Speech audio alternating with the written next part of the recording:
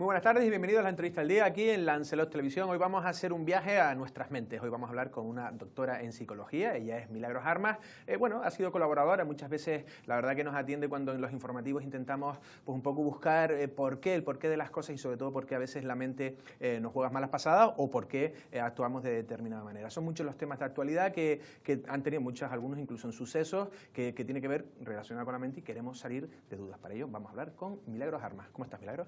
Buenos días, ¿cómo estás? Muchas gracias por venir y muchas veces por colaborar, que muchas veces los medios de comunicación necesitamos algún técnico, un experto y no es fácil, ¿eh? O sea que por lo que te toca, muchas gracias. No es fácil porque te pillan como estás, sí, ¿no?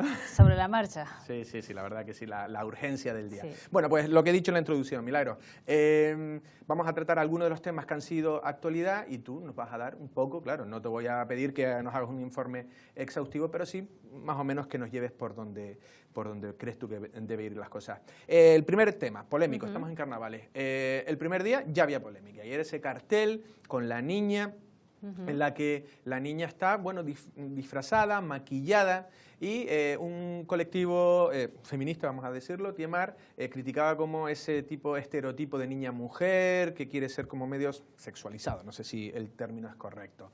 Desde tu punto de vista, ¿ese cartel puede ser considerado como algo en el que puede afectar, no sé si tanto que ya está estereotipando, en este caso, a la mujer o a la niña-mujer?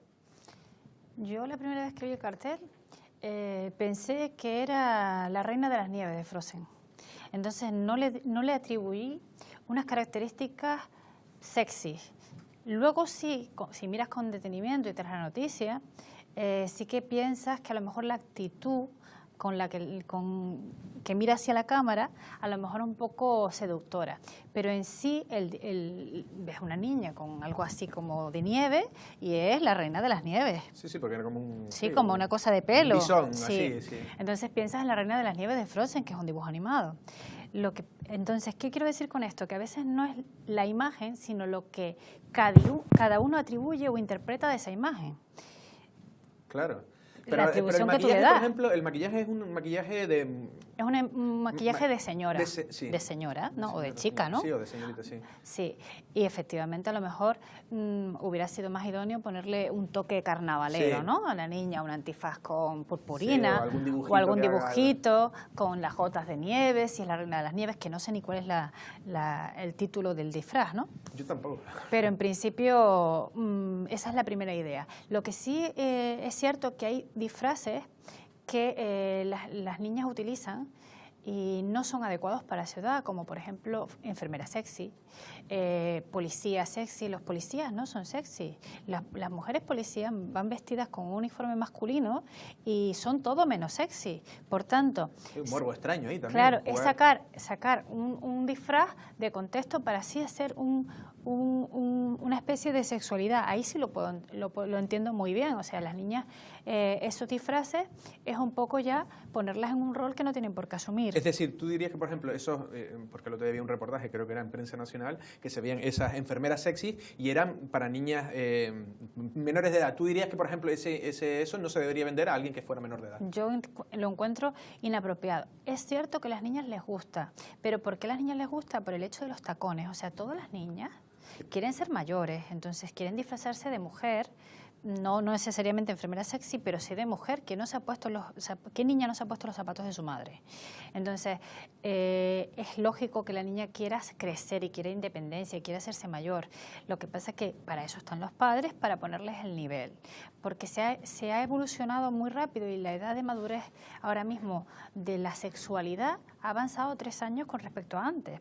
Lo que pasa es que han avanzado en las experiencias que están teniendo sexuales, pero no han avanzado en toma de decisiones, en resolución de problemas, en equilibrio emocional. Entonces la madurez no acompaña a eso. Entonces los padres son los que padres y madres tienen que frenar esas situaciones para atribuirles roles más infantiles, disfraces más infantiles. Pero en este caso la niña yo la veo la Reina de las Nieves. Sí, que no, quizá lo que me decías tú antes, que se ha generado más polémica, a lo mejor a la niña le puede haber llegado más un impacto mayor cuando se ha creado toda esta polémica. Sí, yo creo que le producen le está produciendo a la niña seguramente más daño toda la polémica que ha generado que la imagen en sí, porque la imagen en sí es una niña que se puede atribuir a muchas cosas esa imagen, pero desde luego el que ahora los compañeros de clase puedan hacerle algún comentario con respecto a esto, sí que le puede generar a la niña un problema de autoestima que no tenía. Claro. Una pregunta, y ya con esto, te lo iba a preguntar antes, pero no, se nos fue la conversación por otro lado. Una película americana que se llama Pequeña Miss Sunshine aborda el tema de una manera medio en comedia, pero muy crítica, los concursos de belleza infantiles. Y allí se ven niñas ahí maquilladas como mujeres y con una estética de traje corto y tal y cual. Niñas pequeñas, niñas de 11 años, 10 años. Eso también, no sé si eso, entiendo yo, que no sé si aquí en España se hace, pero eso también debería ser controlado, ¿no? Yo creo que sí, que las niñas tienen que representar niñas, o sea, que pueden haber, sí, la edad que le corresponde. Es muy típico en algunos países, si esto me lo estuvieras preguntando en Venezuela, sería absurdo que yo te dijera que las niñas tienen que representar de niñas, porque en Venezuela a las niñas las preparan para esos certámenes. Estamos hablando de otra cultura en la cual pues la estética es muy importante. Entonces, la niña quiere ya prepararse con esa estética y ser igual de bella que su madre o como las personas que idealiza, sí, como las que idealiza. Pero hoy por hoy en España eso creo que no se da, y si se da, espero que sean concursos con ropas apropiadas a la edad de la menor. A la edad de la menor. Se está produciendo, no sé si ya no solo en los niños, sino también en los adolescentes y en los adultos, una feminización de los chicos y una masculinización de las chicas. Y luego lo digo porque el tema de la agresión, vamos a abordar ahora, me va a servir de puente, el tema de la agresión desde chicas pegándose verdaderamente como chicos o como más que chicos. Yo no sé si existe se constata. No conozco ahora mismo ningún estudio que te podría decir datos, pero sí que hay, digamos que los roles ya no están tan definidos, entonces al no estar los roles tan definidos, digamos que el hombre se ha feminizado y la mujer se ha masculinizado, pero en realidad no es que se haya feminizado o se haya masculinizado, es que se han hecho más iguales. Más iguales. Claro, entonces al hacerse más iguales, tiendes a ver a un hombre a lo mejor que expresa más sus emociones y a una mujer que las expresa menos, cuando la mujer antes era la que más expresaba emociones, ¿no? Y te digo lo de las emociones y la comunicación, las mujeres son las que más hablaban y los hombres los que menos hablaban. Los papás de antes hablaban poco y las mamás hablaban mucho, son las que echaban la bronca y decían lo que tenías que hacer, lo que no tenías que hacer. Ahora los papás, afortunadamente, hablan más. Y lloramos más también. Y lloran más. Sí, Entonces, esa calidad de comunicación ha mejorado. Entonces, cuanto más comunicación hay, la comunicación y la buena comunicación, claro, favorece que no haya conflictos. Desde el momento que hay poca comunicación, se generan los conflictos. Entonces yo creo que lo que ha generado la agresividad en la sociedad de hoy es la falta de comunicación y de resolución de los conflictos. Vamos entonces al caso. El caso de esas niñas sobre todo una que no actuaba, no respondía, no sé por qué, ahora tú dirás igual tu impresión, y el ensañamiento de las otras y grabándolo. Vamos por partes, luego ya trataremos el grabarlo y las redes sociales. ¿Cómo se analiza eso? Ahí estamos hasta viendo las imágenes que lo pixelamos al máximo y es súper desagradable. No sé, ¿cómo lo analizas? ¿Por qué no reacciona una? ¿Por qué pega a la otra? Hombre, todo depende de las características de cada persona, pero normalmente la persona que agrede quiere sobresalir, destacar, es narcisista, egocentrista, quiere ser el centro y quiere tener el control de los demás. Mira, lo voy a explicar con una metáfora. Imaginemos que son personajes de un cuento y la agresora es un león, entonces ruge y agrede y daña. Y el niño agredido es un ratón y tiene miedo y se siente débil al lado del león. Entonces, el león aprovecha que el otro es ratón para comérselo. Pero lo cierto es que no se deberían de comportar ni como leones ni como ratones, sino como personas comunicándose y resolviendo los conflictos. Entonces, ahí está el equilibrio. Entonces, mientras exista leones, habrá ratones. Y mientras haya ratones, favorece también que la gente se aproveche de ellos. Ya no solamente agresivamente, sino de aprovecharse de ellos. Entonces, hay que intentar que la comunicación y las habilidades sociales de todos los seres humanos vayan en la línea de la asertividad. Y eso es difícil. Antes de entrar en lo de las redes sociales, ¿hubo siempre abusadores y hay abusadores, porque es lo que hay leones, como tú estás diciendo? ¿Los va a haber siempre o esto es un comportamiento innato o se puede ir corrigiendo? Yo creo que se puede ir corrigiendo y así enlazo con tu idea anterior. Para fomentar la igualdad, lo que tiene que haber es que el modelo de las familias sea igualitario. Quizás las feministas están buscando la fórmula de que haya igualdad y de otras formas, y yo creo que hay que ir a la raíz. La raíz son las familias. Si en la familia el padre y la madre no tienen divididas las tareas a partes iguales, si los dos no se ocupan del cuidado de los hijos, pues ya va a haber una desigualdad de roles. Entonces es ahí donde hay que trabajar para que todos los padres y madres se involucren de igual forma en el cuidado y en todas las tareas que puedan aparecer en el hogar, y entonces que se les sirvan de modelo a los hijos. Porque y luego, no solo eso, sino que hay veces que se le dan más derechos a los niños que a las niñas. El niño por ser niño puede salir hasta más tarde que la niña por ser niña. Entonces las familias están generando ya esa desigualdad. Una discriminación, sí. Sí. No, la verdad que sí. Lo que pasa es lo que te voy a preguntar también, que el hecho de que uno hace lo que ha visto, es decir, cuando en las noticias decían, no sé, un maltrato de violencia de género, dice, no, pegaba lo normal. Ha llegado alguna vez a decir alguna mujer, no, me pegaba lo normal, como que veía que sus padres habían pegado tal, los amigos tal. No sé si ahí el concepto es que muchas veces cuando se ve esto es porque lo ha podido ver. Se normaliza la violencia. Muchas veces las mujeres que son maltratadas tardan mucho en denunciar porque normalizan el continuo de la violencia, lo ven normal. Y como además tiene fases de luna de miel, o sea, fases en que son positivas, fases negativas, pues lo van diluyendo el problema, y el problema es un problema grave. Pero un problema grave que además viene de generación en generación, porque lo que tú dices, porque a veces el modelo de los padres puede servirnos de modelo negativo. Y cuando nos sirve de modelo negativo, hacemos lo contrario, y entonces favorece a que no se siga repitiendo. Pero si nos sirve de modelo positivo, lo seguimos repitiendo generación tras generación. Por eso que hay un momento en que el modelo familiar es el que tiene que cambiar. Claro. Vamos a seguir, bueno, hablamos lo de las redes sociales y vamos abordando otros temas porque si no se nos va a ir el tiempo. Las redes sociales, quizá aquí está no sé, cómo se valora, cómo encajamos las redes sociales, porque si antes había abusadores y lo hemos dicho y ahora los hay, el problema ahora es que la víctima está expuesta ante los medios, ante todo el mundo. Sí, y eso hace que aumente el problema, porque no es lo mismo que un niño insulte a otro y le llame gafotas, a que le llame gafotas 25 personas o 1000 en una red social. Entonces, el daño es mayor cuanto más número de personas, cuanto más difusión tiene la noticia. Entonces, a veces las redes sociales son muy positivas para muchas cosas y son muy negativas para otras. O sea, el acceder y el poder ver ese tipo de noticias genera que a veces es más violencia. Por eso cuando sale un caso parece que dice, uy, parece que la televisión buscó 20 casos. No, no, no, es que uno llama a otro y otro y otro y otro y otro. Sale un suicidio y hay muchos suicidios en cadena. Sí, es el efecto llamada, sí. Entonces, no son ustedes que van buscando esas noticias, sino que una hace que aparezcan varias. Entonces, ese efecto se produce porque la gente tiende a imitar.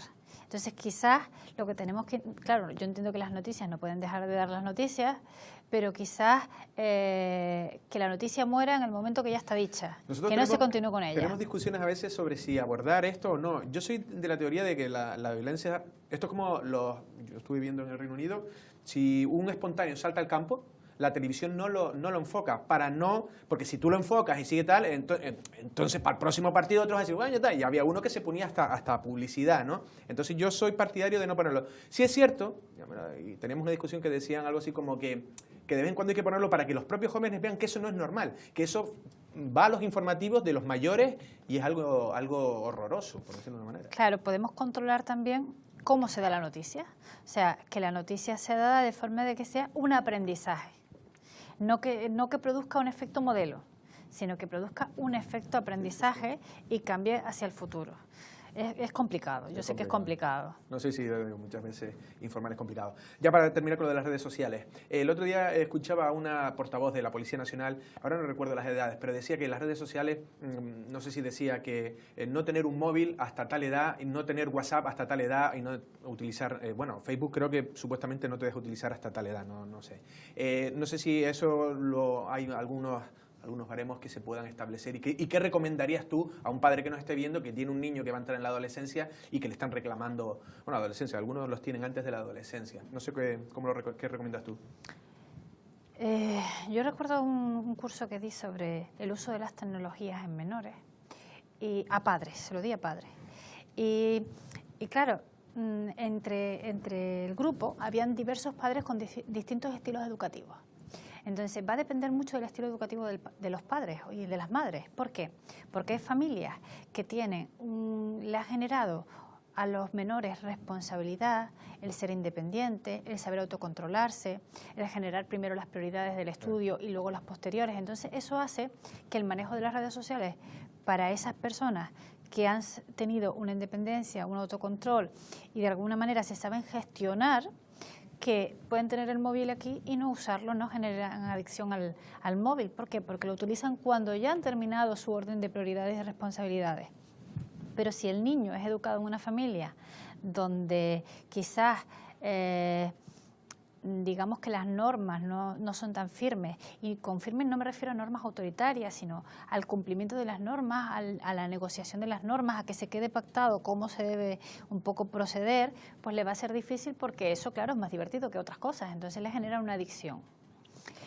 Y lo mismo pasa con acosar en la red, porque si tú tienes una serie de valores, tú no acosas a nadie en la red. Puedes utilizar la red sin acosar a nadie. De momento que no tienes esos valores que se infunden también en la familia, vas a tender a acosar en la red. Sí, tú lo que dices, sí, que si todo con criterio y con... Entonces, claro, ¿cuál es la edad adecuada para el menor utilizar el móvil? Pues yo creo que a partir de los 12 años. ¿Qué ocurre? Que como ha avanzado todo, como dije al principio, 3 años, pues ya los niños con 9 tienen móvil. Sí. Entonces, pero antes de 9 me parece... No, pero yo entiendo, por ejemplo, eso, ¿no? Que le dejes un móvil para que no tenga internet, que no tenga WhatsApp, hasta determinada edad, porque... Y sobre todo, como dices tú también, porque a lo mejor el niño puede tener tal, pero que aprenda a que no se exhiba, o sabes, que determinadas cosas, su intimidad, esas cosas. Entonces que es una cuestión de educación, es educarlos. Ellos han nacido como nativos digitales, entonces ellos saben manejar muy bien la tecnología, mejor que los propios padres y que, vamos. Sí. Entonces, ya que saben manejar la tecnología, hacer un buen uso de la tecnología. ¿Cómo se hace un buen uso con la tecnología? Pues sabiendo en qué páginas pueden entrar. Los padres también pueden bloquear qué páginas pueden entrar. Ahí puedes ponerle al ordenador un buscador solo de niños. Eso existe y es muy fácil de hacer. Entonces, de esa forma, les hacemos usar la tecnología de forma adecuada. Vale. Asaltamos otro tema. Ayer quedaba visto para sentencia el juicio, en este caso venía la audiencia provincial, del caso de una mujer, creo que era enfermera o médico, en Arrieta hace 2 o 3 años, en el que, bueno, presuntamente hubo un intento de homicidio.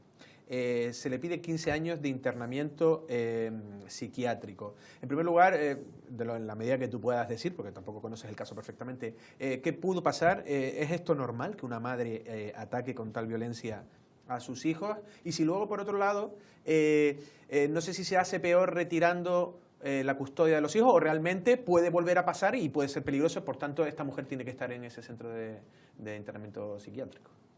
No conozco personalmente el caso, como tú has dicho, ni como psicóloga clínica ni como psicóloga forense, pero en general te puedo decir que habrá que evaluar a esa señora y habrá que ver qué problema tiene, si tiene una esquizofrenia, si tiene una psicosis, Claro. qué tiene. Y una vez que saber qué tiene, pues en función de eso se podrán adoptar medidas, porque si una persona esquizofrénica tiene hijos y puede estar con sus hijos, pero a lo mejor con una supervisión, un control de esa medicación que esté ajustada. No, los esquizofrénicos tienen hijos, los psicóticos tienen hijos y no tiene por qué pasar eso. ¿Qué pasa? Que si una persona está desajustada o le aparece justo en ese momento, pues puede llevar a cabo sucesos como estos, ¿no? Palabras como locura transitoria, eso en términos médicos o patológicos, ¿eso qué es? Porque una cosa es un esquizofrénico y otra cosa, por lo que tú estás diciendo, no sé si brote psicótico. Vale, un brote psicótico es que aparece de repente, puntualmente, y pues tiene alucinaciones visuales, auditivas, Sí, puede oír voces que le impliquen hacer algo, y entonces es un brote psicótico. Pero no se llama locura transitoria, se llama trastorno mental transitorio. Vale. Es algo como muy impulsivo, como muy repentino. Por ejemplo, que tú, no sé, que tú me hayas hecho daño a mí y yo de repente te vea por la calle y coja y te dé con algo. Algo que has retenido. Sí, y además no requiere preparación, es espontáneo. De momento que requiere no es premeditado. No es premeditado, ¿no? De momento que premeditado no es un trastorno mental transitorio, ¿no? Sería como una cuestión de repente del control de la situación y me dejo llevar por mis impulsos y me lleva hasta ahí. Pero bueno, no es una pérdida de control normal, es algo más allá, ¿no? Mientras que el brote psicótico genera una ideación alucinatoria que te va generando el que tengas que hacerle daño a esa persona, o bien para liberarla de algo, no sé, se me ocurre, hay gente que los mata porque los tiene que liberar del diablo, cosas así, ¿no? Entonces en su ideación tiene un propósito en ese brote, ¿no? Y normalmente el brote te suele dar a una edad temprana, no suele parecer a edades avanzadas, pero bueno, puede pasar. Claro, ¿no? La cuestión es eso, ¿no? Porque ahora esta mujer, lo que tú dices, que a lo mejor ella, pudiendo estar controlada, ¿no?, de forma médica y tal, podría ella tener la custodia de sus hijos. También hay que ver el daño que le ha producido a sus hijos, cómo están esos hijos para tener una relación con los padres. O sea, que habría que valorar tanto a la mamá para saber su estado, como a los hijos para saber el daño producido y ver cómo se podría continuar, si se puede, con esos lazos familiares. Lo que pasa es que parece, ¿no?, increíble que alguien a sus hijos, ¿no?, pueda atacarlos, ¿no?, que tiene que ser algo muy, muy fuerte lo que... o sea, hemos oído bastantes casos en Canarias, hace poco también hubo uno en La Palma, ¿no?, que lanzó a su niño por la ventana, ¿no? Entonces, sí que ocurren porque la cabeza a veces no funciona como debería, ¿no? Tiene que estar regulada. Y la gente tiene tanto miedo a ir al psiquiatra cuando lo que le va a beneficiar, si le tiene que mandar medicación, le va a ajustar, y si no la necesita, pues no le va a dar gratuitamente si no la necesita, ¿no? Ya, pues la verdad que sí, ¿no? A veces la cabeza, ¿no? No le prestamos toda la atención que debiera. Ya nos hemos ido tiempo. Última pregunta por terminar de otra manera. ¿Es la depresión, la enfermedad del siglo XXI, por decirlo de una manera, es la que más, por ejemplo, les llegan a ustedes casos o no? Luego resulta que hay de todo. Yo diría que lo que más hay es ansiedad. Ansiedad. Yo diría que hay más ansiedad que depresión. Al menos en esta isla seguro que hay más ansiedad que depresión. Antes me lo explicabas a mí. ¿Qué es exactamente la ansiedad? Sí, la ansiedad, la gente muchas veces confunde ansiedad y depresión, porque es verdad que hay trastornos adaptativos que se dan concomitantes, que al mismo tiempo se dan las dos cosas, se da la depresión y se da la ansiedad. Entonces hay veces que la gente lo tiene confundida, pero la depresión es más la apatía, la tristeza, las ganas de no hacer nada, las ideas pesimistas, a veces incluso me quiero morir, no quiero estar con los amigos, no quiero relacionarme. Entonces es más bien un estado de ánimo bajo, por así decirlo. Y en la ansiedad no necesariamente tiene que tener un estado de ánimo bajo, porque la ansiedad la tenemos todos. Lo que pasa es que la ansiedad que tengo yo es positiva y ante un peligro yo me va a dar ansiedad. A toda la persona que se encuentra en un peligro, a lo mejor ahora se prende fuego aquí el plató y nos va a entrar ansiedad porque nos va a activar el sistema nervioso para salir corriendo del fuego y huir del peligro. Si hay un peligro, actúa, sí, ¿no? Claro, efectivamente. Esa ansiedad es positiva. La ansiedad se transforma en negativa cuando no hay un peligro real y te dan los síntomas como si hubiera el peligro. Es la persona la que atribuye que se encuentra en una situación peligrosa, puede ser porque atribuya que, no sé, que se va a quedar encerrado, que le va a faltar el aire, que se va a morir. Entonces, esa atribución es la que dispara el sistema nervioso y empiezan las palpitaciones, la taquicardia, la presión en el pecho, el ahogo, la asfixia. Entonces, todos esos síntomas son síntomas que nos dan para salir corriendo, pero que la señora o el señor no se encuentra en peligro. Entonces, la misma ansiedad a veces genera más miedo. Claro. Entonces hay gente que tiene miedo a la ansiedad en sí misma, a que le vuelva a dar. Claro, un problema. Sí, porque luego también está eso, ¿no? Lo de los problemas que uno se va montando en la cabeza cuando dice, ¿y si pasa esto? ¿Y si pasa esto? Y al final tienes un problemón cuando no ha pasado la situación para que llegue a eso, ¿no? Tenemos un fallo común. Bueno, yo intento no tenerlo, pero en general casi toda la sociedad, tendemos a pensar el futuro de una forma negativa. En vez de pensar el futuro en forma positiva, pensamos el futuro en forma negativa. por si pasa esto malo, por si pasa lo otro. Y claro, eso hace que en el momento que lo estamos pensando nos ponemos peor que si estuviera sucediendo, porque si yo estoy sucediendo una cosa, le busco solución. Pero una cosa que no ha sucedido, claro, yo ya estoy provocándole la angustia como si me fuera a suceder y aún no ha llegado. Entonces, eso te va a generar un malestar y te acostumbras a pensar en negativo. Y lo que hay que pensar es en positivo, ¿no? Y luego cuando miramos para atrás, cuando a veces es, debía haber hecho esto, debía haber dicho esto. Eso es como si yo, cuando salga de aquí, digo, ves, no le tenía que haber dicho a Andrés esto, le tenía que haber dicho lo otro, le tenía que haber dicho lo otro, le tenía que haber dicho lo otro. Y empiezo a remontarme. Yo no haré eso.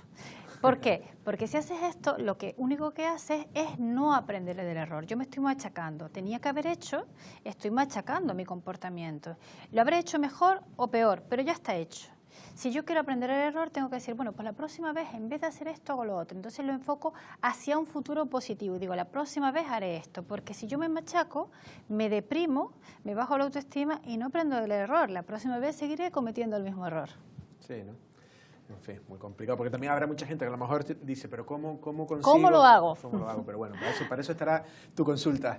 Milagros, ha sido un verdadero placer. Muchísimas gracias. Gracias a ustedes por invitarme. Gracias. Gracias. Las palabras de Milagros Armas, doctora en psicología. Bueno, hemos aprovechado, al final he hecho mi pequeña consulta aquí privada, bueno, y también para todos ustedes. Pero bueno, hemos analizado varias cuestiones de actualidad, ¿no?